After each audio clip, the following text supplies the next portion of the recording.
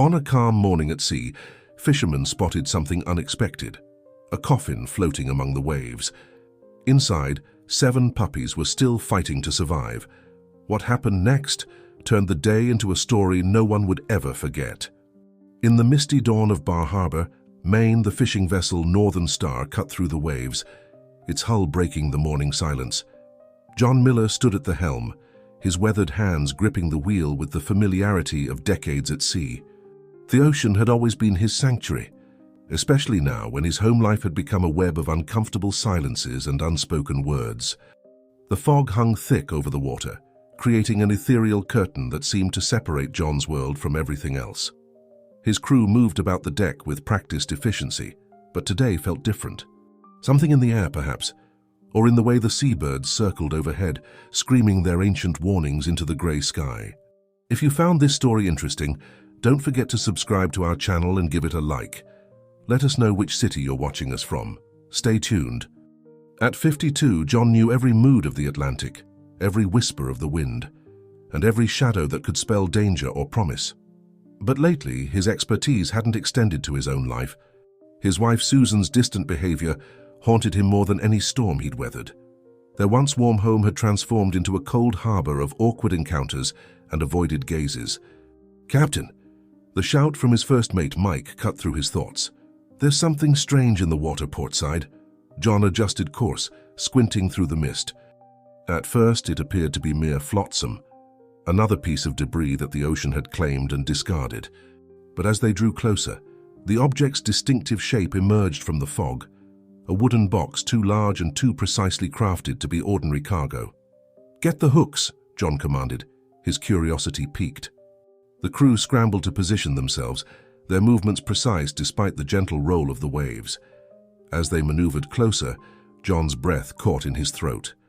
It wasn't just any box, it was a coffin, bound with weathered ropes that spoke of intentional placement rather than accidental loss. The crew worked in tense silence as they carefully brought the coffin aboard. Water cascaded from its wooden surfaces, and John noticed the craftsmanship. This was no cheap container, but something built to last. His hands trembled slightly as he approached it, not from fear, but from a strange anticipation that this moment would change everything. "Should we open it, Captain?" Mike asked, his voice barely above a whisper. The crew gathered around, their faces reflecting the mix of dread and curiosity that John himself felt. With careful movements, they worked to remove the lid, the wood groaning in protest. What they found inside left them speechless. 7 puppies, different breeds, wet and shivering, but very much alive, huddled together for warmth. In the corner of the coffin lay a waterlogged journal, its pages stuck together except for a single readable phrase on the inside cover: "Please take care of them." The discovery sent a ripple of murmurs through the crew. John's mind raced with questions. Who would put puppies in a coffin and set them adrift? Why go to such elaborate lengths? The presence of the journal suggested this was no simple case of abandonment. This was a message of some kind. As they worked to warm and comfort the puppies, the weather began to shift. The fog thickened and the wind picked up, bringing with it the promise of a storm. John knew they needed to return to port, but something about this discovery nagged at him. It felt too deliberate, too carefully planned. The journey back was tense, with the puppies requiring constant attention and the weather growing increasingly hostile. John's thoughts drifted to Susan, wondering how she would react to this strange cargo. He hadn't brought anything home to her in months, not since their relationship had begun to cool like an autumn evening.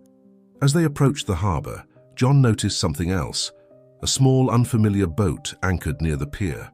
It seemed out of place, somehow too new and too clean for a fishing vessel. He made a mental note of it as they docked, unable to shake the feeling that its presence was somehow connected to their unusual find. The local veterinarian, Dr.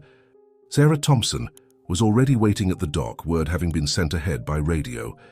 As she examined the puppies, she shared a disturbing piece of information that made John's skin crawl. "This isn't the first coffin found at sea recently," she said, her eyes meeting John's.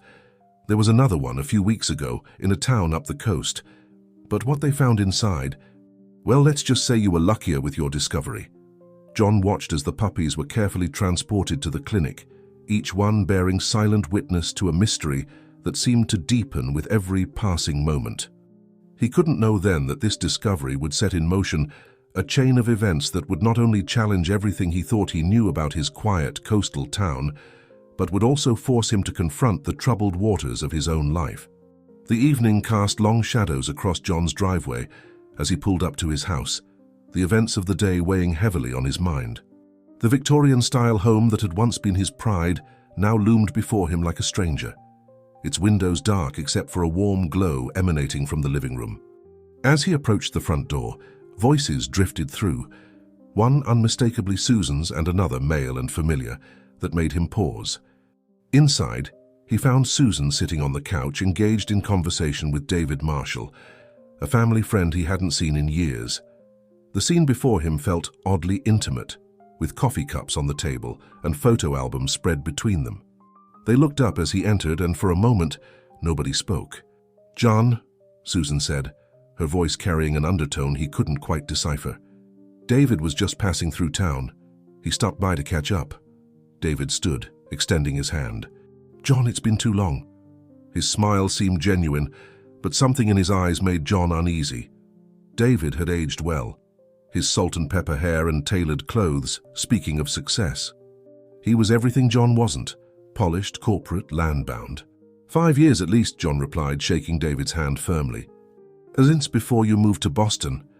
He noticed how Susan watched their interaction, her fingers nervously playing with the pendant she always wore, a habit she'd developed recently. "I was just telling Susan about my environmental consulting firm," David said, settling back into his seat. "We're doing some interesting work along the coast, actually. There's been increasing concern about industrial impact on marine life." The mention of environmental work triggered something in John's mind: the puppies, the coffin, the mysterious journal. But before he could pursue that thread, Susan spoke up. "David's firm is investigating some unusual incidents in coastal towns," she said, her voice carrying an enthusiasm John hadn't heard in months.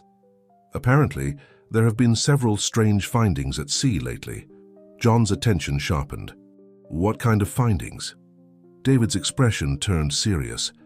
"I probably shouldn't discuss ongoing investigations, but let's just say there's been increasing evidence of organized environmental activism. Some of it quite elaborate." He paused, studying John. "I heard about your discovery today. News travels fast in small towns." The conversation that followed felt like a careful dance around unspoken things. David spoke of his work in broad terms, while Susan listened with rapt attention. John noticed how she leaned forward when David spoke, how her eyes lit up at his stories of corporate environmental responsibility. As the evening wore on, John excused himself to make a phone call to Dr. Thompson about the puppies. In the kitchen, he could still hear their muted conversation, punctuated by Susan's occasional laugh, a sound that had become rare in their home. The veterinarian's update provided a welcome distraction. The puppies were doing well, but during their examination she'd found something interesting: tiny microchips embedded in their collars, unlike any standard pet identification she'd seen before. "There's something else, Doctor," Thompson said, her voice lowering. "I did some asking around about that other coffin I mentioned. It was found near Portland, and from what I hear, it contained documents, environmental impact studies, corporate records, things like that. But here's the strange part. The day after it was found, someone broke into the harbour master's office where it was being kept. The coffin and everything in it disappeared." John's mind raced, connecting dots he hadn't seen before. The careful placement of the coffin, the mysterious boat at the harbour, David's sudden appearance and his environmental work. It felt like pieces of a puzzle he couldn't quite solve. When he returned to the living room, David was preparing to leave. "I'll be in town for a few weeks," he said, gathering his coat. "We should catch up properly, John. I'd love to hear more about your work on the water. These days, fishermen are our best sources of information about what's really happening in our oceans." After David left, the house felt different, charged with unspoken tensions. Susan busied herself cleaning up the coffee cups, avoiding John's gaze. "He's changed," John said finally, breaking the silence. "We all have," Susan replied, her back to him. "Some of us just notice it more than others." That night, as John lay awake in bed, his mind wandered to the journal they'd found in the coffin. He'd left it drying in his boat, thinking it too waterlogged to yield any information. But now, with questions multiplying like waves in a storm, he knew he needed to take a closer look. Outside, the fog had rolled in thick and heavy, obscuring the streetlights. In the distance, a boat's horn sounded, a mournful cry that seemed to echo the uncertainty growing in John's heart. Tomorrow, he decided, he would begin his own investigation, starting with that mysterious journal. But as he drifted off to sleep, he couldn't shake the feeling that he was being pulled into something much larger and more complex than he could imagine. The next morning dawned with an unusual clarity, the fog having retreated to leave behind a pristine autumn day. John arrived at his boat earlier than usual, the conversation from the previous night still echoing in his mind. The harbor was quiet, save for the gentle lapping of waves against the hulls and the distant cry of seagulls. The journal lay where he'd left it, partially dried but still bearing the marks of its ocean journey. In the bright morning light, John noticed something he'd missed before, subtle indentations on some pages, as if someone had pressed hard while writing on pages that were now missing. He ran his fingers over the marks, feeling the story hidden within them. "Thought I might find you here," a voice called out, startling him. Dr. Sarah Thompson stood on the dock, a coffee cup in each hand. "Brought you something. Figured you might need it after yesterday's excitement." John welcomed her aboard, accepting the coffee gratefully. Sarah had been the town's veterinarian for over a decade, and her intuition about both animals and people was rarely wrong. She settled onto a bench, her experienced eyes taking in the journal in John's hands. "The puppies are doing remarkably well," she said, sipping her coffee. "But there's something unusual about them. Each one has a distinct marking, too precise to be natural.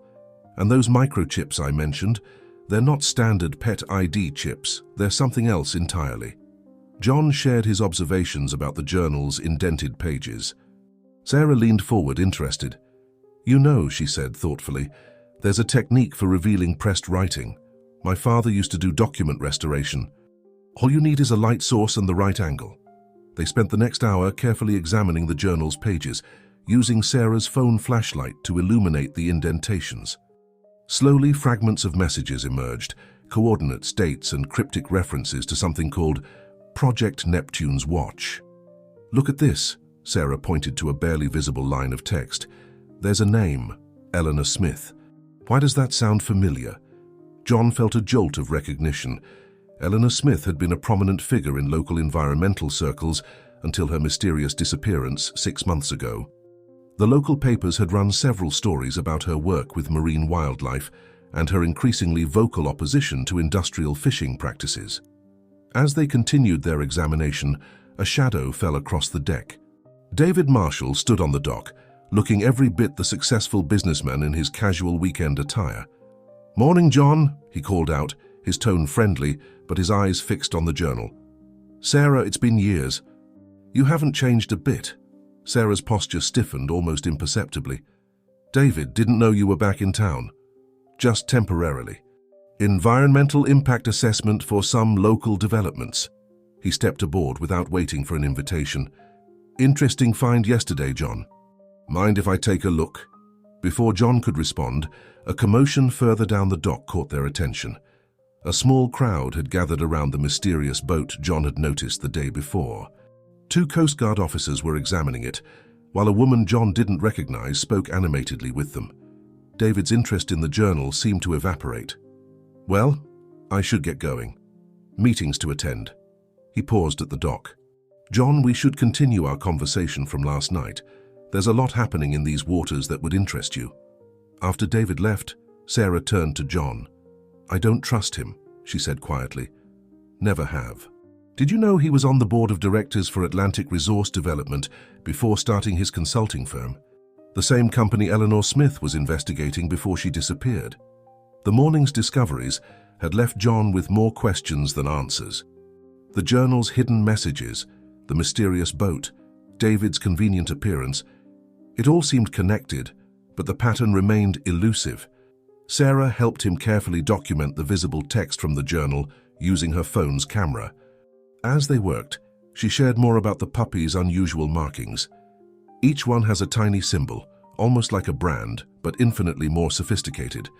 I've sent photos to a colleague in Portland who specializes in animal identification systems.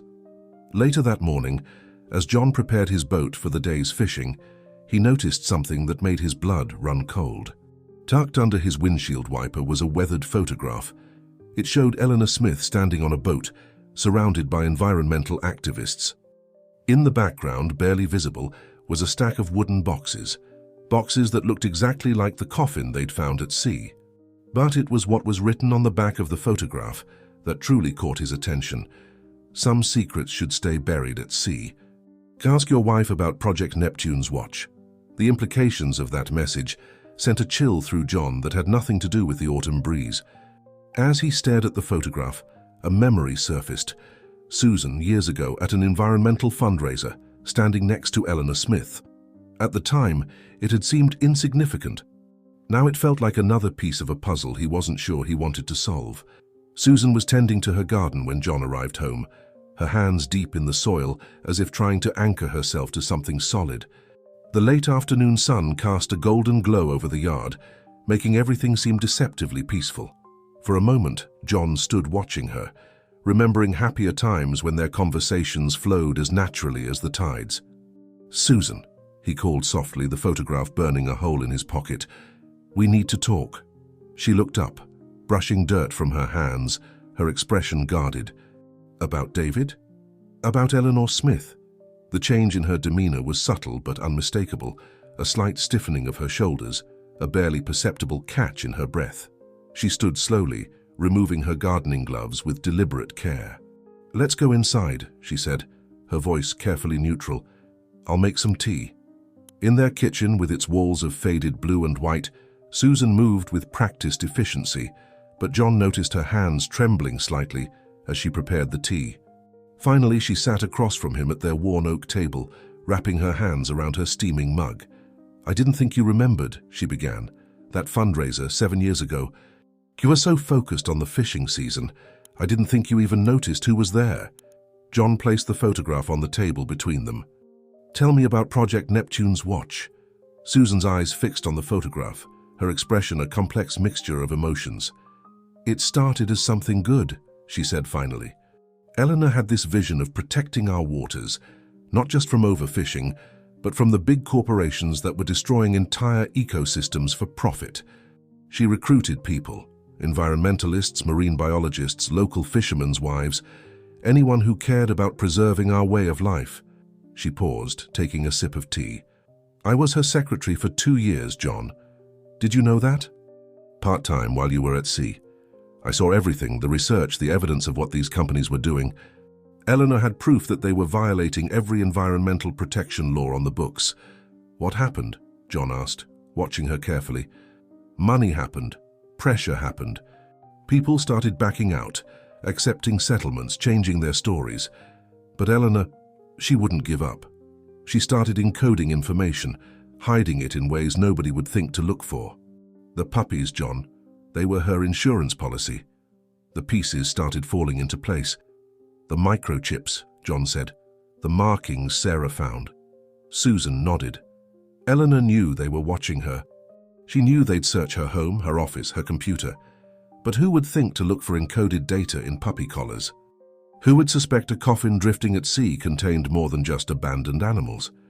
"And David?" John asked, though he was beginning to suspect the answer. "He was always there on the periphery," Susan said, her voice hardening. "Offering solutions, suggesting compromises. When he showed up yesterday, I knew they were still looking for Eleanor's evidence." A knock at the door interrupted them. Through the kitchen window, they could see Sarah Thompson standing on their porch, holding what appeared to be a tablet computer. The look on her face suggested urgency. "You need to see this," Sarah said as soon as they let her in. She placed the tablet on the kitchen table, pulling up a series of images. "My colleague in Portland just got back to me about those markings on the puppies. They're not just symbols, they're a sophisticated form of data storage.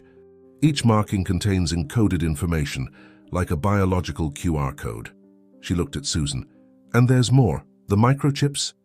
They're linked to a series of offshore accounts, each containing documentation about illegal dumping, fabricated environmental impact studies, and evidence of corporate sabotage.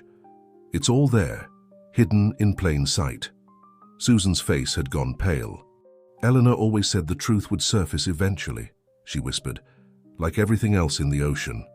As if on cue, John's phone buzzed with a text message from Mike, his first mate. "Captain, you need to come down to the harbor. That mysterious boat, it's gone, but they left something behind with your name on it." The three of them exchanged glances, the weight of unspoken possibilities hanging in the air. Outside, the wind had picked up, carrying with it the distant sound of thunder. A storm was coming, both literally and figuratively, and John had a feeling their quiet coastal life was about to change dramatically. "What do we do now?" Sarah asked, looking between John and Susan. John reached for his wife's hand, feeling a surge of relief when she didn't pull away. "We do what we should have done 7 years ago," he said firmly. "We listened to Eleanor's message, all of it." As they prepared to head to the harbor, John caught a glimpse of movement in the gathering dusk, a figure watching from the shadows of the trees that lined their property. By the time he looked again, it was gone, leaving only questions in its wake. The harbor at night was a different world, streetlights casting long shadows across the weathered docks, while boats creaked gently in their moorings. John, Susan, and Sarah arrived to find Mike waiting by the mysterious boat's former berth, holding a waterproof cylinder similar to those used by sailors to protect important documents. "Found this tied to the cleat," Mike said, handing it to John. "There's something else. Before the boat disappeared, I saw someone loading boxes onto it. They looked just like the coffin we found," John finished, his voice quiet. The cylinder contained a single USB drive and a handwritten note. "Eleanor trusted you once, Susan. She still does. The puppies are only the beginning." Sarah's tablet revealed the drive's contents, dozens of files, each named with coordinates and dates. Susan's hands trembled as she opened the first one, her face illuminated by the screen's blue glow. "These are Eleanor's research logs," she breathed. Everything she documented about the industrial waste dumping, the falsified environmental reports, the threatened species. She looked up at John, her eyes wide. This is what she was trying to protect. A sudden noise from further down the dock made them all jump. David Marshall emerged from the shadows, his casual demeanor somehow more threatening in the darkness. "I was hoping you'd find that," he said, approaching slowly. "Makes this conversation easier." He held up his hands, showing he was alone. "Though I'd prefer to have it somewhere more private." John stepped forward protectively, but Susan placed a restraining hand on his arm. "Let's hear him out," she said, her voice steady despite her obvious tension. They relocated to Sarah's veterinary clinic, where the puppies were being kept. The animals stirred as they entered, their soft whimpers filling the silence. "I'm not who you think I am," David began, loosening his tie. "I never worked for Atlantic Resource Development. I was investigating them. Federal Environmental Protection Agency, Undercover Division.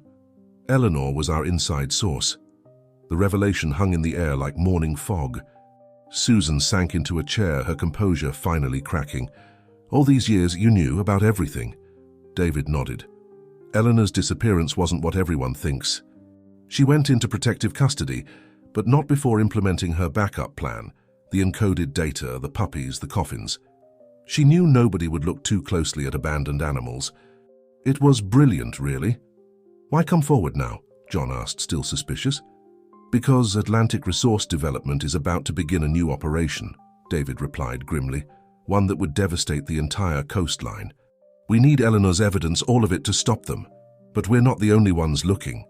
Sarah, who had been quietly examining the puppies, suddenly straightened. "The markings," she said. "They're not just data storage, they're a map. Each puppy's marking corresponds to a different location along the coast." Susan moved to the computers, pulling up the files from the USB drive. "She's right," she said, her fingers flying across the keyboard. "Eleanor documented everything. Every illegal dumping site, every falsified report, every threatened species. But she split the evidence up, encoded it differently in each puppy's marking. She knew they'd never find all the pieces." A distant rumble of thunder punctuated her words. Through the clinic's windows, they could see lightning illuminating the clouds over the ocean. "We're not the only ones who figured this out," David warned. "There's a team from Atlantic Resource Development in town. That boat that disappeared? It belonged to their investigators. They're getting desperate." John looked at the puppies, then at Susan, seeing her in a new light, The woman who had seemed so distant lately had been carrying this burden all along, protecting a truth bigger than their personal struggles. "What exactly is in those files?" he asked. Susan met his gaze. "Everything, John. Proof of decades of environmental violations. Evidence that could not only stop their new operation, but could bring down the entire corporation." Eleanor didn't just document their crimes. She traced the money, followed the paper trails, identified everyone involved. Sarah lifted one of the puppies, examining its marking more closely. "Each puppy needs to be taken to its corresponding location," she realized. "The data can only be fully decoded at specific coordinates." Eleanor made sure the truth would only emerge if someone was willing to follow her entire journey. "Then that's what we'll do," John said firmly. "We'll retrace Eleanor's steps, decode the evidence, and finish what she started." As if in response, the puppy in Sarah's arms let out a small bark, followed by its siblings. Outside, the storm grew closer, but inside the clinic a different kind of energy was building. The sense of purpose that comes with finally understanding one's part in a larger story. David checked his watch. "We need to move fast." "Once they realize we have the drive."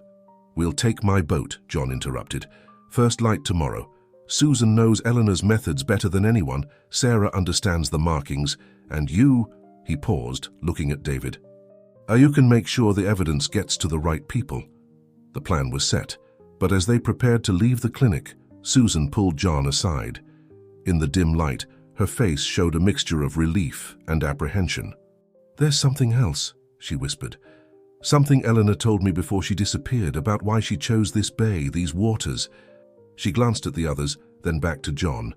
"It's not just about the dumping. There's something in these waters they want even more than their secrets." Dawn painted the horizon in shades of amber and rose as John's boat, the Northern Star, slipped quietly from its berth. The storm had passed, leaving behind a world washed clean, the air sharp with the scent of salt and possibility. Susan stood at the bow, her hair whipping in the morning breeze, looking more alive than John had seen her in months. Sarah had arranged the puppies in the cabin, each one secured in a specially prepared carrier. She worked methodically, cross-referencing their markings with the coordinates from Eleanor's files. David sat nearby, his corporate polish somewhat diminished by the gentle roll of the waves. "The first location is about 3 hours north," Susan called back to John at the helm. Eleanor marked it as Neptune's Cradle in her notes. As they navigated through the morning mist, Susan joined John in the wheelhouse, spreading out a set of charts she'd brought from home. "I need to show you something," she said, pointing to an area marked with subtle pencil annotations. Eleanor discovered that this entire region sits atop an underwater plateau. The unique currents and conditions create a perfect habitat for a species of fish that was thought to be extinct. "What kind of fish?" John asked, noting how the marked area corresponded with several of the coordinates they were heading toward. "A type of deep-water cod that produces an enzyme crucial for certain medical treatments," Susan explained. "Atlantic Resource Development discovered it first, but they kept it quiet. Instead of reporting it, they began secret harvesting operations. The dumping was just a cover for their real activity." Sarah appeared in the doorway, her expression urgent. "One of the puppies is acting strange," she reported. "The one with the star-shaped marking. Its chip is emitting some kind of signal." They gathered in the cabin, watching as Sarah's tablet displayed a series of changing numbers. "It's not just coordinates," she realized. "It's a timestamp, counting down to something." David leaned forward, his face taut with concern. "Eleanor mentioned a fail-safe," he said. "If the evidence wasn't properly decoded within a certain time frame, it would become encrypted beyond recovery." The boat's radio crackled to life, making them all jump. A familiar voice filled the cabin. Mike, John's first mate. "Captain, we've got company. 3 boats just left the harbor heading your way. One of them is that same vessel from yesterday." John checked the radar, spotting the approaching vessels. "How long until we reach the first coordinate?" he asked Susan. "Another hour at least," she replied, studying the charts. "But John, there's something else. These locations Eleanor chose, they're not random. They form a pattern, like a giant net across the bay. Each point marks a different part of the fish's migration route." Sarah's tablet suddenly beeped insistently. The puppy with the star marking had begun pawing at its carrier, whining softly. On the screen, a new set of coordinates appeared, different from the ones they were heading toward. "It's changing," Sarah announced, her voice tense. "The coordinates, they're shifting. It's like the puppy is responding to our location." Susan rushed to check Eleanor's files. "Of course," she breathed. "The markings aren't just storing data, they're interactive. They're designed to adapt based on conditions." Eleanor must have known they'd be followed, that they'd need alternative routes. The radar showed the pursuing boats gaining ground. John made a quick decision, adjusting their course to follow the new coordinates. The Northern Star responded smoothly, cutting through the waves with purpose. As they sailed on, Susan worked with Sarah to decode more of Eleanor's files. Each revelation painted a clearer picture of what they were dealing with. The mysterious fish species wasn't just valuable, it was potentially revolutionary. Its enzymes could help treat several conditions, but Atlantic Resource Development had been harvesting them unsustainably, pushing the species toward a second extinction. "Eleanor found a way to protect them," Susan explained, her voice full of wonder. "She mapped their breeding grounds, their migration patterns. The data in these markings, it's not just evidence of corporate wrongdoing. It's a blueprint for saving an entire species." David received a call on his satellite phone, stepping away to take it. When he returned, his face was grim. "My contacts at the EPA say Atlantic Resource Development just filed for emergency permits to begin scientific research in this exact area.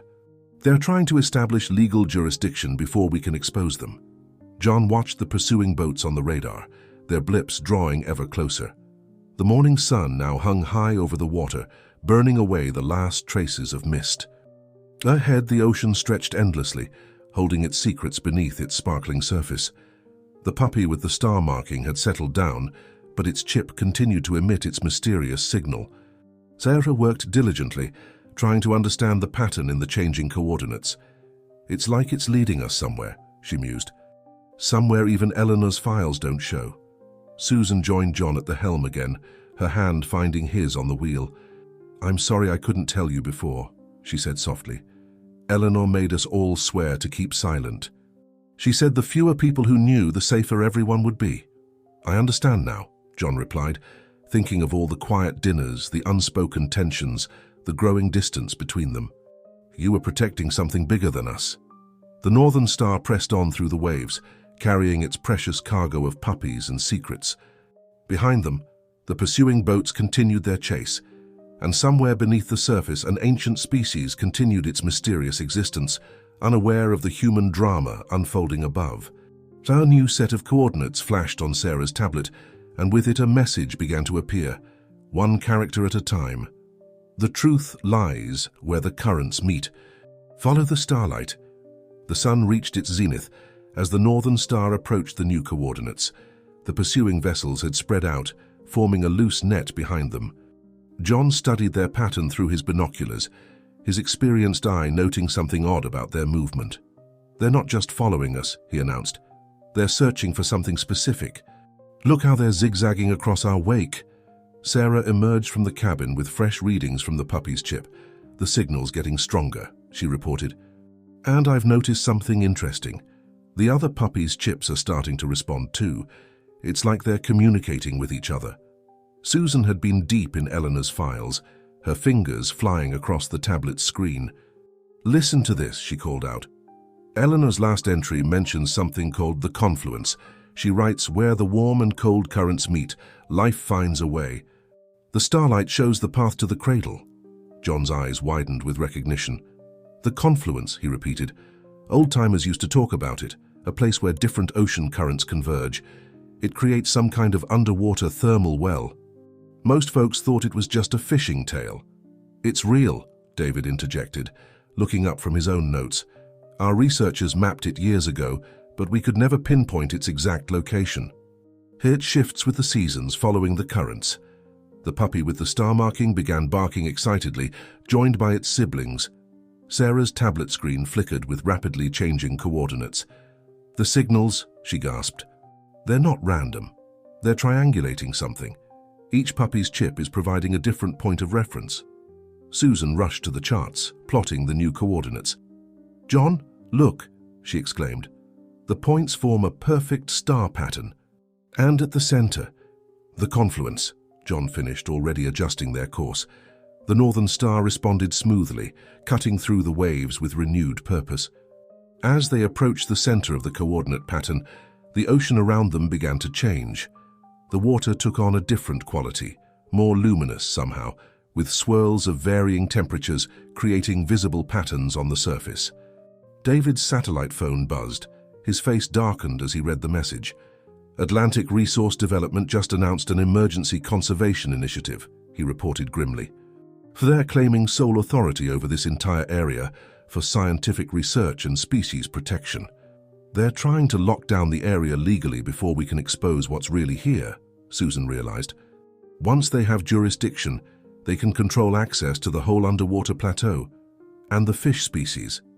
The pursuing boats had drawn closer, their intentions becoming clear as they maneuvered to surround the Northern Star. John watched them through his binoculars, noting familiar faces among their crews, local fishermen he'd known for years. "They've hired our own people," he said softly, the betrayal evident in his voice. "They're using their knowledge of these waters against us." Sarah emerged from the cabin again, excitement breaking through her usual calm demeanor. "The Puppies' chips. They're all synchronized now. And look at this." She held up her tablet, showing a complex pattern of overlapping signals. It's not just coordinates anymore. There's data embedded in the interference patterns between the signals themselves. Susan's eyes lit up with understanding. "Eleanor, you brilliant woman," she whispered. She didn't just hide the evidence in separate pieces.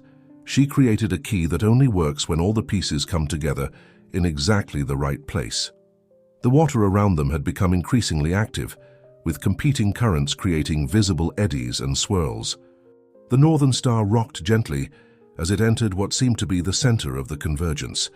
Suddenly, all the puppies began barking in unison. Sarah's tablet screen filled with cascading data as the chip's signals reached their peak. In the water around them, something extraordinary began to happen. The surface seemed to come alive with bioluminescence, creating patterns that mirrored the star formation they'd plotted on their charts. Beneath the boat, shadows moved in the depths, not threatening but purposeful, as if drawn to this exact spot. "The fish," Susan breathed, leaning over the rail. "This is their breeding ground. The warm and cold currents create perfect conditions." Eleanor didn't just find them. She discovered their most vulnerable moment, the key to their survival. John checked their position against the pursuing boats. They had minutes, maybe less, before they would be surrounded. But as he watched the waters display around them, he realized they'd already found what they'd been looking for. The question now was how to protect it. The puppy with the star marking pawed at its carrier again, its chip emitting a steady, pulsing signal. On Sarah's tablet, a final message from Eleanor began to appear. "The truth, like life itself, finds a way to surface. But it needs guardians to protect it until it's strong enough to survive on its own." As the pursuing boats drew near, John looked at his wife, seeing in her eyes the same determination that had driven Eleanor to such extraordinary lengths to protect this place. They both knew that what happened next would determine not just their fate, but the fate of something much larger than themselves. The ocean around them continued its ethereal display, a testament to the mysteries that still existed in the world, mysteries that some would exploit and others would die to protect. The Northern Star held its position at the heart of the confluence, its occupants united in their commitment to seeing Eleanor's plan through to its conclusion. The pursuing boats formed a tight circle around the Northern Star, their engines idling in the luminescent waters. John recognized the captain of the nearest vessel, Pete Anderson, a third-generation fisherman who'd once shared coffee with him during winter storms. "Last chance, Miller," Pete called across the water. "Corporations offering good money for those puppies and whatever else you've got on board. No one needs to know about any of this." Susan stepped to the rail, her voice carrying clearly across the water. "Pete, look around you. Look at what's happening in these waters. This isn't about money anymore." The bioluminescence had intensified, creating patterns that seemed almost deliberate, concentric circles rippling outward from their position. Sarah's tablet was now projecting Eleanor's data onto a larger screen they'd set up in the cabin, revealing the true scope of what they'd discovered.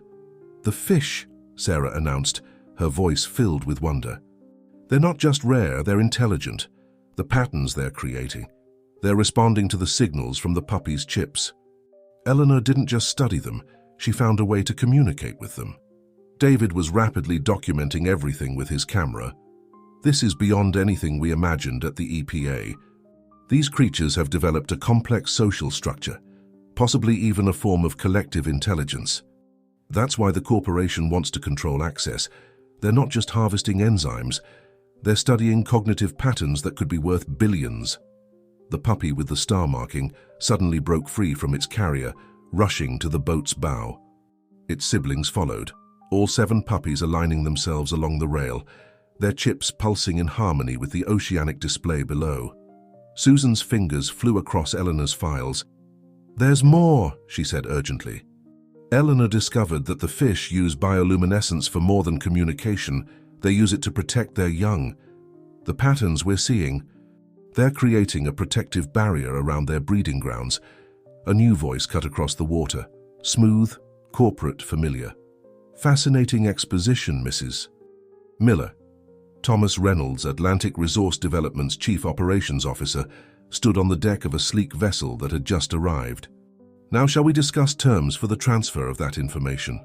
John moved to stand beside his wife, his hand finding hers. "There won't be any transfer, Reynolds. This doesn't belong to you or us or anyone else." Eleanor understood that. "Eleanor Smith was a romantic fool," Reynolds replied, his smile never reaching his eyes. "She thought she could stop progress with puppies and light shows. The truth is, some discoveries are too valuable to be left to idealists." The puppies began barking in unison, their chip signals intensifying. The water around the northern star responded, the bioluminescent patterns shifting to create what looked like a protective circle of light. Sarah emerged from the cabin, her expression triumphant. "It's done," she announced quietly. "The final decryption. Eleanor's complete database, every illegal operation, every falsified report, every corporate decision that led to this moment. It's already uploading to multiple secure servers." David held up his phone, showing the stream of incoming messages. "EPA, Oceanic Protection Agency, International Maritime Commission. They're all receiving it in real time, along with footage of what's happening right here, right now." Reynolds' composure cracked slightly. "You have no idea what you're interfering with. These creatures could revolutionize our understanding of cognitive development, neural networks, collective intelligence. The medical applications alone could be studied ethically with proper oversight and protection," Susan interrupted. "That's what Eleanor was trying to establish, a protected sanctuary where research could be conducted without exploitation." The water beneath them suddenly came alive with movement. Schools of the luminescent fish began surfacing in coordinated patterns, their light creating a spectacular display that reflected off the clouds above. It was as if the ocean itself was making a statement. John watched as the other fishing boats began to back away, their captains and crews unable to ignore the magnitude of what they were witnessing. Even Pete Anderson's weathered face showed a mix of awe and shame as he turned his vessel away from the scene. Reynolds remained, his expression hardening. "This isn't over. You have no legal authority to—" "Actually," David interrupted, holding up his phone, "the EPA just declared this entire area a protected marine sanctuary, effective immediately. Emergency conservation status based on the evidence we've provided. Any unauthorized vessels need to clear the area or face federal penalties." The corporate boat lingered for a moment longer before Reynolds gave the order to withdraw. As they departed, Susan turned to John, tears in her eyes. "Eleanor knew," she whispered. "She knew we'd understand once we saw it for ourselves. That's why she chose us, chose this place." The puppies had settled down, their chips still pulsing gently in rhythm with the ocean's display. Sarah was already documenting everything for scientific analysis, while David coordinated with his EPA contacts to establish immediate protection protocols. As the sun began to set, casting golden light across the luminescent waters, John looked at his wife with new understanding. "All those times you were distant, preoccupied. I was trying to protect something beautiful," she finished. "Something bigger than us. Can you forgive me for keeping it secret?" John's response was interrupted by a new development in the water. a pattern they hadn't seen before, spreading out from the confluence like a message written in light. The new pattern spreading across the water's surface was unlike anything they'd seen before. Intricate spirals and geometric shapes that seemed to pulse with their own inner rhythm. Sarah's tablet began recording unprecedented data readings from the puppies' chips, while the animals themselves sat perfectly still, watching the display with an almost reverent attention. "Look at this," Susan called out, pointing to a sequence in Eleanor's files that she'd just decoded. These patterns, Eleanor documented them months ago. She called them the archive. According to her notes, the fish used these displays to pass information down through generations. David was immediately on his satellite phone, coordinating with marine biologists and environmental experts. "We're getting reports of similar bioluminescent activities being spotted up and down the coast," he announced. "It's like they're responding to what's happening here." The Northern Star held its position at the heart of the confluence as darkness fell, the water around them becoming a canvas of living light. John stood at the helm, watching his wife work with Sarah to document everything. The distance that had grown between them over the past months suddenly made perfect sense. Susan hadn't been pulling away from him. She'd been trying to protect something miraculous. "Eleanor's last entry," Susan said softly, reading from the tablet. She wrote, "The patterns aren't just communication, they're a library. Each display contains information about migration routes, feeding grounds, safe havens. The fish are literally writing their history in light." Sarah's attention was drawn to an unusual reaction from the puppies. "The chips are synchronizing with the patterns," she observed. "It's as if Eleanor found a way to translate their bioluminescent language into data we could understand." A small boat approached from the direction of Bar Harbor. Mike, John's first mate, bringing supplies and news from shore. As he carefully maneuvered alongside the Northern Star, his expression was one of amazement at the spectacle surrounding them. "The whole town's talking," he reported as he climbed aboard. Word spreading about what Atlantic Resource Development was really doing out here. Some of the local fishermen who worked for them are coming forward, sharing what they know. John helped secure the supply lines, while Mike continued his update. "There's something else. A woman showed up at the harbor master's office about an hour ago, said she used to work with Eleanor Smith. She left this for you, Susan." He handed over a sealed envelope. Susan's hands trembled slightly as she opened it. Inside was a single photograph and a handwritten note. The photo showed Eleanor standing on a beach at sunset, surrounded by research equipment and what looked like early prototypes of the chips they'd found in the puppies' collars. "If you're reading this," Susan read aloud, "then you found what I hoped you would. The patterns you're seeing now are just the beginning. These creatures have been trying to share their knowledge with us for centuries. We just weren't ready to understand. The puppies were my way of building a bridge between their world and ours. Keep them safe and they'll lead you to even greater discoveries. Eleanor." The note's implications hung in the air as they processed its meaning. The puppies weren't just carrying data about corporate wrongdoing. They were part of a larger experiment in interspecies communication. That's why she chose puppies, Sarah realized. Their capacity for bonding, their intelligence, their ability to interpret and respond to complex signals. Eleanor wasn't just hiding information. She was creating guardians who could understand and protect these waters. As if in response to her words, the bioluminescent display intensified, forming what appeared to be a map of the surrounding ocean floor. David quickly compared it to official maritime charts. "These are locations we never knew about," he said, his voice filled with excitement. "Underwater caves, thermal vents, hidden reefs, places that could be crucial for protecting these creatures and studying them properly." John watched as Susan carefully documented each new pattern, her face illuminated by the ethereal light from the water. He remembered their first years together, how she'd always been drawn to the ocean's mysteries, how she'd spend hours walking the beach, collecting specimens for her personal research. "You know what this means," he said softly to her. "Everything changes from here."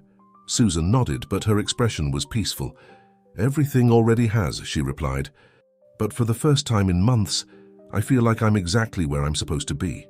The puppies had begun to react to a new pattern forming in the water, their chips emitting a harmonious sequence of signals that Sarah rushed to record. The data streaming across her tablet suggested something unprecedented was about to occur. As the night deepened around them, the northern star remained at the center of an unfolding mystery that promised to reshape their understanding of not just the ocean, but of communication itself. The lights in the water seemed to dance with possibility, each pattern a word in a language they were only beginning to comprehend. The night deepened, but sleep was far from anyone's mind aboard the Northern Star. The bioluminescent display had evolved into something even more extraordinary. Concentric rings of light, pulsing outward from the confluence, each ring carrying distinct patterns that Sarah and Susan worked frantically to document. "It's like watching the pages of a book turn," Susan murmured, her eyes fixed on the tablet where Eleanor's translation algorithms were processing the displays. Each pattern tells a different part of their story. The puppies had arranged themselves in a precise formation on the deck, their chips resonating with the oceanic light show. The one with the star marking, which they'd started calling Atlas, seemed to be coordinating their responses, its signals consistently preceding new patterns in the water. David, who had been in constant communication with his EPA contacts, approached with news. "We've got research vessels being dispatched from major marine biology centers along the coast," he reported. "But they've agreed to maintain a safe distance until we better understand what's happening here." John studied the radar, noting with relief that the corporate boats had maintained their distance. But something else caught his attention. Small fishing vessels appearing at the edges of the display, dozens of them, maintaining a respectful perimeter around the confluence. Mike, who had been monitoring radio chatter, explained, "Word spread through the fishing community. They're coming to witness it for themselves. And," he hesitated, "to protect it. These are families that have fished these waters for generations. They understand what's at stake." Sarah emerged from the cabin with new findings. "The patterns we're seeing? They're not random. They're cyclical, but with subtle variations each time they repeat. It's like," she searched for the right words, "like they're teaching us how to read their language." As if confirming her theory, a new pattern emerged in the water, simpler, more deliberate, almost like a primer. The puppies responded immediately, their chips emitting signals that matched the rhythm of the lights. "Look at this," Susan called out, pointing to her screen. Eleanor's notes mentioned something similar. She called them learning sequences. She believed the fish used these patterns to teach their young how to communicate. John watched as his wife worked, seeing her in a new light. The passion that had seemed to fade from their marriage hadn't disappeared. It had been channeled into something larger, something that might change their world forever. A small boat approached cautiously from the gathering fleet of observers. As it drew closer, John recognized Pete Anderson, the fisherman who had earlier been working for the corporation. His face was drawn with concern and something that looked like shame. "John," Pete called out softly. "Got a moment?" As John helped him aboard, Pete pulled out a worn logbook. "Been keeping track of strange things I've seen out here over the years," he explained.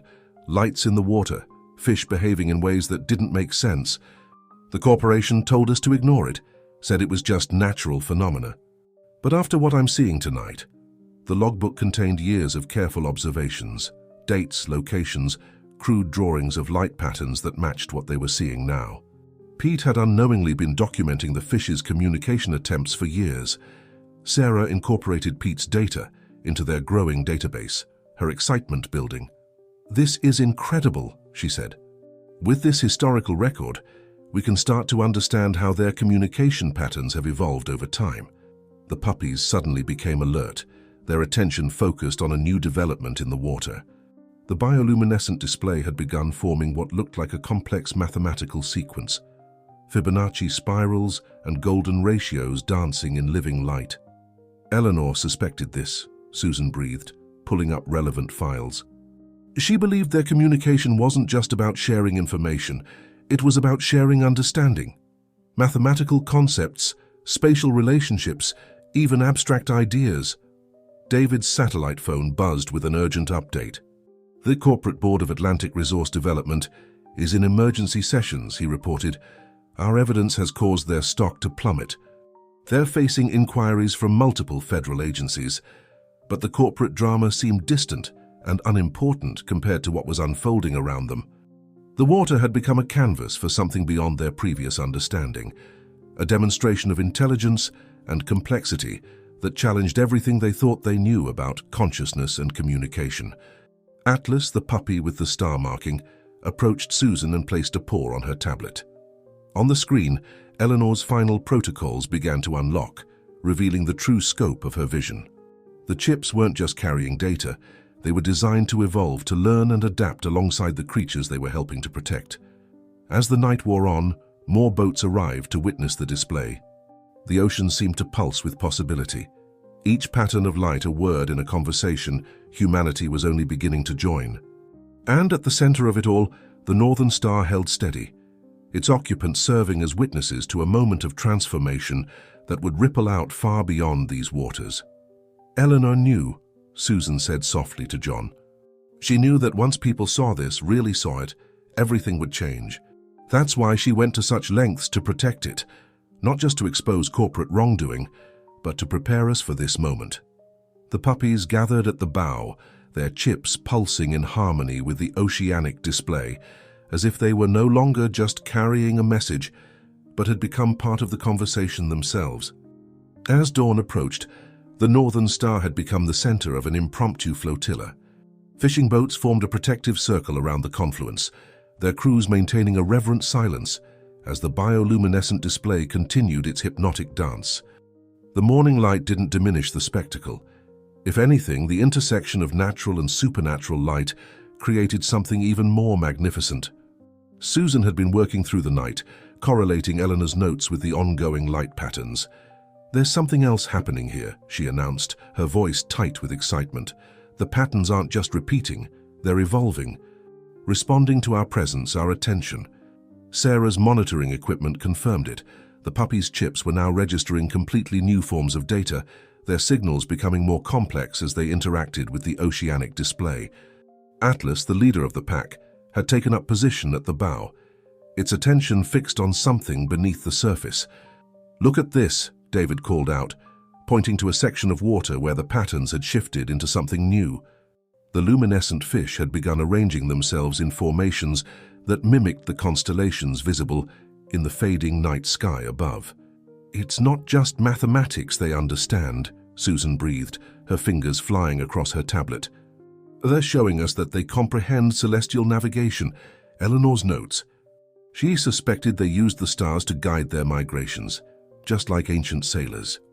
John watched as more boats arrived, not just local fishing vessels now, but research ships maintaining their promised distance. The morning news helicopters would arrive soon, he knew, but for now this moment belonged to those who had always known there was something special about these waters. Pete Anderson had spent the night sharing his logbook's contents with Sarah, pointing out patterns he'd observed over the years. "We all knew," he said, his voice rough with emotion. "Deep down, we all knew these waters held secrets. We just didn't want to admit it, afraid of what it might mean for our way of life." The puppies suddenly became agitated, their chips emitting a new sequence of signals. The water around the boat erupted in a display more intense than anything they'd seen before, a spiral of light that seemed to reach down into the depths while simultaneously stretching toward the lightening sky. "It's a bridge," Susan said softly, understanding dawning in her eyes. Eleanor didn't just create a way to store and transmit data. She found a way to bridge two forms of consciousness. The puppies aren't just carrying information, they're active translators in an ongoing dialogue. David's satellite phone buzzed with updates from the EPA. "They're implementing Eleanor's proposed protections," he announced. "The entire area is being designated as a marine sanctuary with special research provisions. But here's the interesting part. They want us to help design the protocols for interaction and study." John looked at his wife, seeing the weight of responsibility settling on her shoulders. "Eleanor chose well," he said, taking her hand. "She knew you'd understand not just the science, but the importance of protecting something this precious." Sarah emerged from the cabin with new readings. "The fish aren't just communicating," she reported. "They're teaching. Each new pattern builds on the previous ones, creating a kind of curriculum. They're not just showing us what they know, they're showing us how they learn." The morning sun had fully risen now, its rays creating rainbow refractions in the still visible bioluminescence. The puppies had arranged themselves in a new formation, their chips synchronizing with a pattern that seemed to pulse with the rhythm of the waves themselves. Mike approached with the morning's radio reports. "The story's spreading," he said. "But it's different from what the corporation feared. People aren't talking about exploitation or profit. They're talking about wonder, about responsibility, about protection." Susan was deep in Eleanor's files again, her expression one of growing amazement. These final protocols. Eleanor didn't just want to protect the fish. She wanted to establish a permanent connection, a way for humans and marine life to learn from each other. The puppies aren't just temporary carriers. They're the first generation of what she called bridge builders. The implications of this revelation rippled through everyone on board. These weren't just animals carrying encoded data. They were pioneers of a new form of interspecies communication, carefully engineered to understand both human and marine intelligence. As if to confirm this understanding, Atlas let out a soft bark, and the water around the northern star transformed into a kaleidoscope of light and pattern. The other puppies joined in, their chips creating a harmonious symphony of signals that the fish below responded to with increasing complexity. "They're not just showing us their world," Susan whispered, watching the display with tears in her eyes. "They're inviting us to be part of it." The morning breeze carried the smell of salt and possibility as the northern star held its position at the heart of something that was no longer just a scientific discovery or an environmental victory, but the beginning of a new chapter in humanity's relationship with the ocean's deepest mysteries. By mid-morning, the waters around the northern star had become a convergence of more than just ocean currents. News crews maintained a respectful distance, their helicopters hovering just far enough away to avoid disturbing the extraordinary scene below. The scientific community had mobilized with unprecedented speed, with research vessels from major oceanographic institutions holding steady at the perimeter of what was now being called the communication zone. Susan, exhausted but exhilarated, had just made a breakthrough in Eleanor's final protocols. "The puppies," she explained to the small group gathered in the cabin. "They're not just carrying encoded data. Their chips are designed to evolve, to learn and adapt. Each new pattern they observe is incorporated into their understanding." Sarah's latest readings confirmed this theory. The puppies' chips were showing increasing complexity in their signal patterns, moving far beyond their original programming. Atlas, still maintaining his position at the bow, seemed to be orchestrating a sophisticated exchange with the luminescent fish below. "Look at this," Sarah said, pointing to her monitor. "The signal patterns from the chips are beginning to mirror the natural neural patterns we see in both canine and marine species. It's like they're creating a new language, a hybrid of different forms of consciousness." John watched as his wife coordinated with David and the EPA teams, helping establish guidelines for studying and protecting this unprecedented phenomenon. The corporate threat had been neutralized, but a new challenge was emerging: how to preserve and nurture this delicate bridge between species that Eleanor had engineered. Eleanor's last note mentioned something she called the confluence protocol, Susan said, pulling up a heavily encrypted file. It wasn't just about hiding information from the corporation. She was laying the groundwork for a permanent communication channel between humans and marine life. The water around the boat suddenly erupted in a new display, more organized and deliberate than anything they'd seen before. The puppies responded in perfect synchronization, their chips emitting signals that created a visible resonance with the bioluminescent patterns below. Pete Anderson, who had remained aboard to share his years of observations, stepped forward with a trembling hand. "I've seen something like this before," he said quietly. "Years ago, during a winter storm. The whole bay lit up in patterns, but we all convinced ourselves it was just phosphorescence, just natural phenomena. We were afraid to admit it might be something more." The morning light caught the mist rising from the water, creating halos around the boats that had gathered to witness this moment.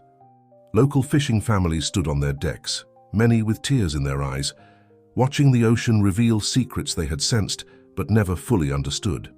David received a call from his EPA superiors. "They're creating a new designation," he announced. "Not just a marine sanctuary, but a biocommunication reserve, the first of its kind. They want to ensure that what's happening here is protected and studied with the respect it deserves." Sarah emerged from the cabin with new data. "The puppies' chips are showing something remarkable," she said. They're not just translating the patterns, they're storing them, learning them. It's like they're building a living dictionary of this new language. Susan was deep in Eleanor's files, her expression one of growing wonder. She knew, she whispered. Eleanor knew that once this connection was established, it could never be broken. The puppies aren't just carriers of information. They're the first generation of what she hoped would become a permanent bridge between our worlds. As if in response to her words, Atlas turned from his position at the bow and approached Susan. The puppy's eyes seemed to hold an ancient wisdom, and when he placed his paw on her tablet, the screen filled with new data, not just patterns and coordinates, but what appeared to be emotional signatures, complex neural responses that defied simple classification. The other puppies had gathered around them, their chips pulsing in harmony with both the ocean's display and each other. Below the surface, the luminescent fish had arranged themselves in a formation that mirrored the position of the puppies on deck, creating a perfect symmetry between above and below.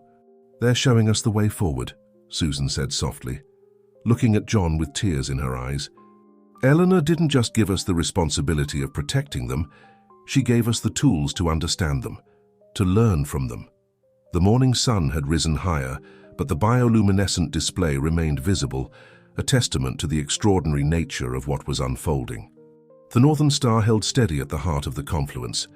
Its occupants now understand that they were not just witnesses to history, but participants in a dialogue that would reshape humanity's relationship with the ocean's deepest mysteries.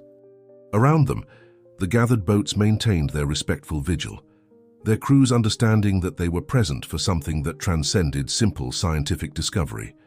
This was the beginning of a new chapter in human understanding, one written in patterns of light and translated through the hearts and minds of 7 remarkable puppies who had been chosen to bridge 2 worlds. The afternoon sun cast golden ribbons across the water as the Northern Star maintained its position at the heart of the confluence. The news of what was happening had spread globally, but here in this sacred space of discovery, time seemed to move differently. The gathered boats had created a protective circle, their crews working in shifts to ensure the area remained undisturbed. Susan sat surrounded by data screens, her eyes bright despite her exhaustion. "Eleanor's final protocols are extraordinary," she explained to the small group gathered around her. "She didn't just create a way to store and transmit information, she developed a framework for ongoing evolution of the communication system." Sarah's latest analysis of the puppy's chips revealed something unprecedented. "The neural patterns are becoming more sophisticated by the hour," she reported. "It's as if the chips are learning and adapting, creating new pathways for understanding. Atlas isn't just leading the other puppies, he's teaching them." The bioluminescent display had taken on new characteristics, with patterns that seemed to respond directly to human thoughts and emotions. When a child on one of the fishing boats laughed with delight, the water erupted in spirals of joyful light, the fish below creating displays that mimicked the sound waves of happiness. "This is what Eleanor meant by bridge builders," Susan said softly, watching Atlas guide his siblings through another sequence of interactions. "The puppies aren't just translating, they're helping both species learn how to understand each other." David had been coordinating with international marine biology teams, helping establish protocols for studying this phenomenon without disturbing it. "The scientific community is calling this the greatest breakthrough in interspecies communication in history," he reported. "But they also understand the need for protection and respect." John watched as local fishing families brought their children to witness the display, their faces filled with wonder. These waters, which had sustained their communities for generations, were revealing themselves to be more than just a source of livelihood. They were a source of wisdom, of connection, of hope. Pete Anderson, who had become an unexpected ally in documenting the phenomenon, shared stories of how the fishing community's perspective had shifted. "We always knew these waters were special," he said, his weathered face soft with emotion. "But now we understand we're not just custodians of a resource, we're partners in something extraordinary." The puppies had developed a remarkable routine, taking turns at different positions around the boat, while Atlas maintained his role as coordinator. Their chips now emitted patterns that created visible resonances in the water, like ripples of understanding, spreading outward through both physical and metaphysical space. Susan discovered a new section in Eleanor's files, encrypted until this specific moment. She left instructions, she announced, her voice trembling with excitement, not just for protecting this discovery, but for expanding it. The Puppies' chips contain templates for creating more bridges, for establishing communication zones in other parts of the ocean. Sarah's monitoring equipment picked up new frequencies emerging from the depths. The luminescent fish had begun creating three-dimensional patterns, their light sculptures hanging in the water, like constellations born of the sea. Each display seemed to carry multiple layers of meaning, mathematical concepts interwoven with emotional expressions.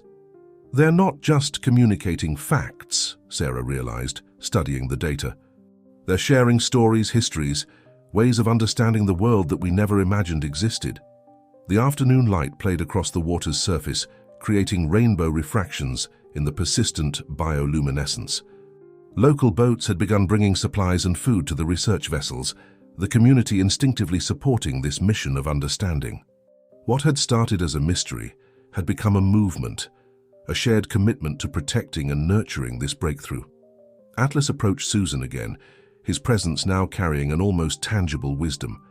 When he touched her tablet with his paw, the screen filled with new patterns, not just data but what appeared to be invitations, suggestions for deeper interaction between species. "Eleanor didn't just give us a way to protect them," Susan said, looking at John with tears of joy. "She gave us a way to grow with them, to learn from them, to become something more than we were."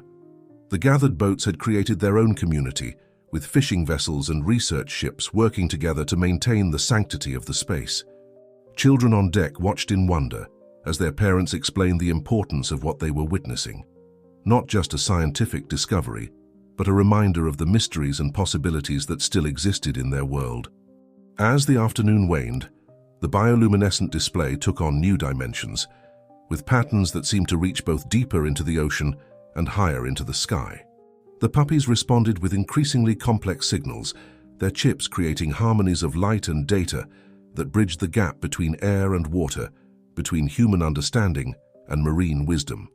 The Northern Star held steady, its crew now understanding that they were part of something that would ripple outward through time, touching future generations with its message of connection and possibility.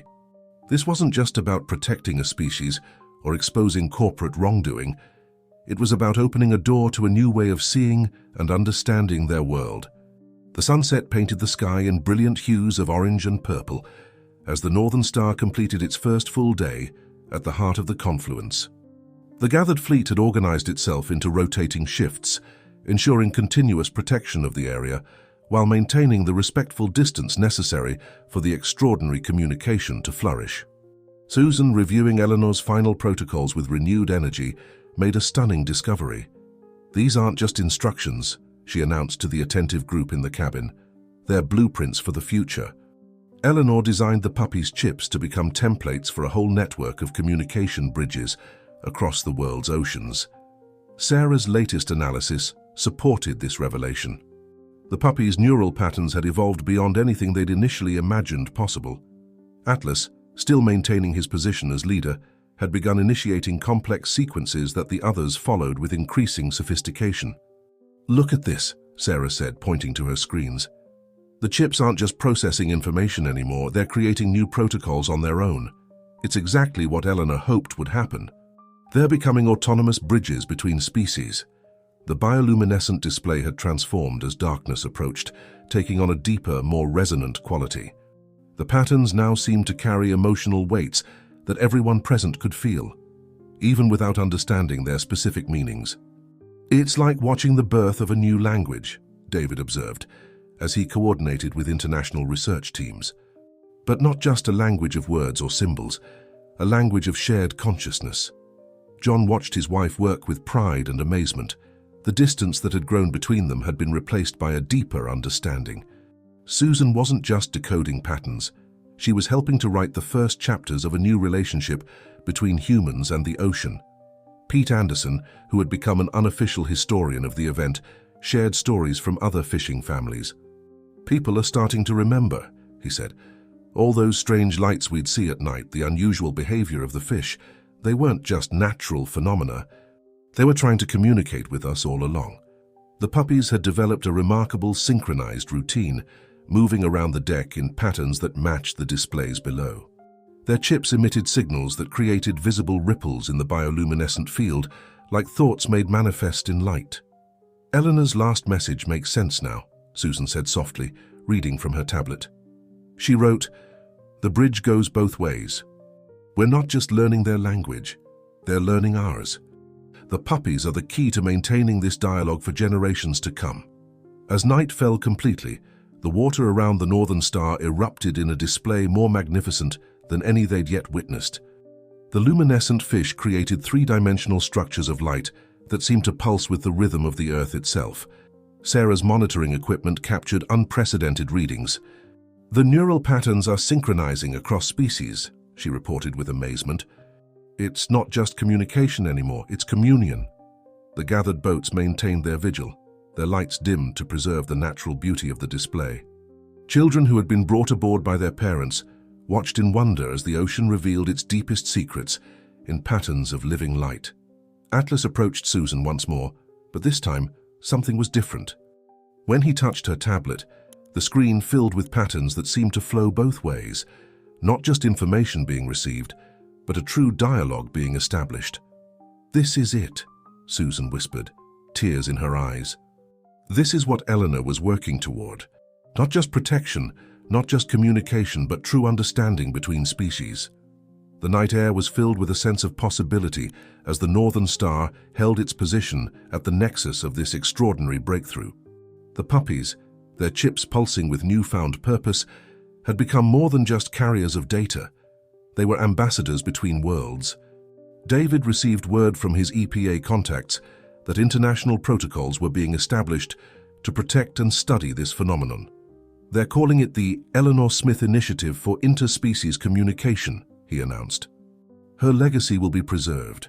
As the stars emerged above, their light mixing with the bioluminescent display below, Susan looked at John with an expression of pure joy.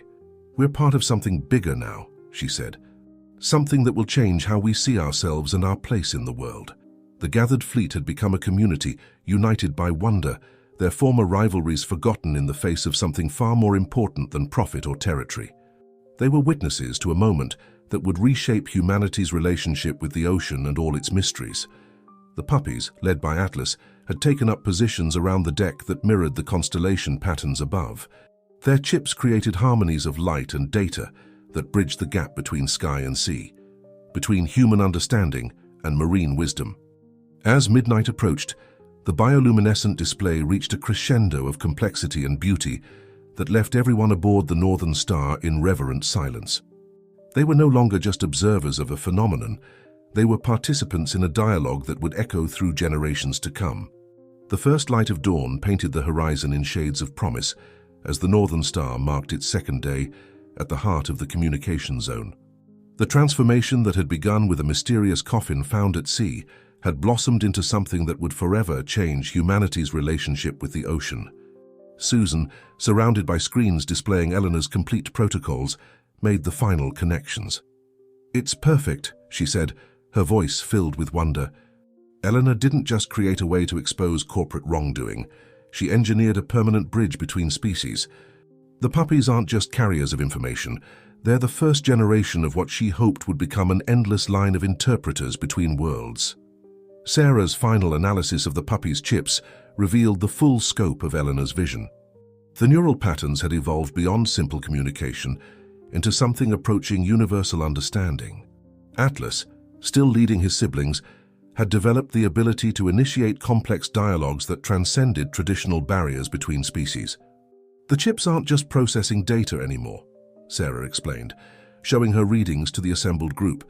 "They're creating new neural pathways, establishing permanent connections between human and marine consciousness." It's exactly what Eleanor hoped would happen.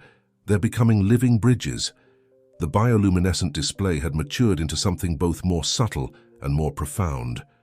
The patterns now carried emotional resonance that everyone present could feel in their hearts. A direct line of communication that bypassed the need for traditional language. John watched as local fishing families brought their children to witness the phenomenon, their faces filled with wonder and responsibility. These waters, which had sustained their communities for generations, had revealed themselves to be more than just a resource. They were a partner in the great dance of life. Eleanor knew this would happen, Susan said softly, reading from the final pages of the decoded files. She wrote, "The ocean has always been trying to speak to us. We just needed to learn how to listen. The puppies are not just translators, they are teachers, showing us how to open our hearts to understanding." The gathered flotilla had organized itself into a permanent guardian force, with fishing vessels and research ships working together to protect this precious discovery. The corporate threat had been replaced by a shared commitment to nurturing this new relationship with the ocean. Atlas approached John and Susan, his presence now carrying an almost tangible wisdom. When he touched Susan's tablet one final time, the screen filled with what could only be described as a promise, a commitment to continue this bridge between species for generations to come. "This isn't an ending," David observed, as he coordinated with international protection teams. "It's a beginning. What's happening here will spread to other parts of the ocean, creating a network of understanding that will change how we see our place in the world." The morning sun rose fully, its light playing across the water in harmony with the persistent bioluminescence. The puppies, their chips now fully evolved into their role as bridge builders, created patterns of light and understanding that connected sky, sea, and human heart. Susan turned to John, her eyes filled with tears of joy. "Remember when I seemed so distant?" she asked. "I was trying to protect something beautiful. But now I understand. The real beauty is in sharing it, in letting it grow and transform us all." The gathered boats maintained their protective circle, their crews now understanding that they were part of something that would echo through time. The Northern Star held steady at the heart of the confluence, its occupants no longer just witnesses to history, but participants in a new chapter of life on Earth. As the morning progressed, the bioluminescent display took on a quality of celebration, as if the ocean itself was rejoicing in this new connection. The puppies, led by Atlas, had become more than just carriers of Eleanor's legacy. They were the first wave of a transformation in human understanding. Together, John and Susan stood at the bow of their boat, watching as the mystery they had uncovered continued to unfold in patterns of light and love. The distance between them had been replaced by a deeper connection, mirroring the bridge that now existed between humanity and the ocean's deepest mysteries. And so at the heart of the confluence, where warm and cold currents met and magic danced in patterns of living light, a new story began, one that would be told and retold in countless ways, through countless generations, in the eternal language of understanding that Eleanor Smith had helped to create. Dear friends, we hope the story of John, Susan, and their extraordinary discovery has touched your hearts as deeply as it has touched ours. This tale of connection, understanding, and the bridges we build between worlds carries a message that resonates with all of us. To continue this journey of discovery and wonder, we have prepared a special playlist featuring equally captivating stories that explore the mysteries of our natural world. Find it by clicking the button to your left. If you enjoyed this story, please don't forget to subscribe to our channel and give this video a like. Every day we bring you unique stories that explore the complexity and beauty of life. And remember, just as the ocean shares its wisdom through patterns of light, we invite you to share your thoughts and feelings in the comments below. Together, we can create our own confluence of understanding and connection.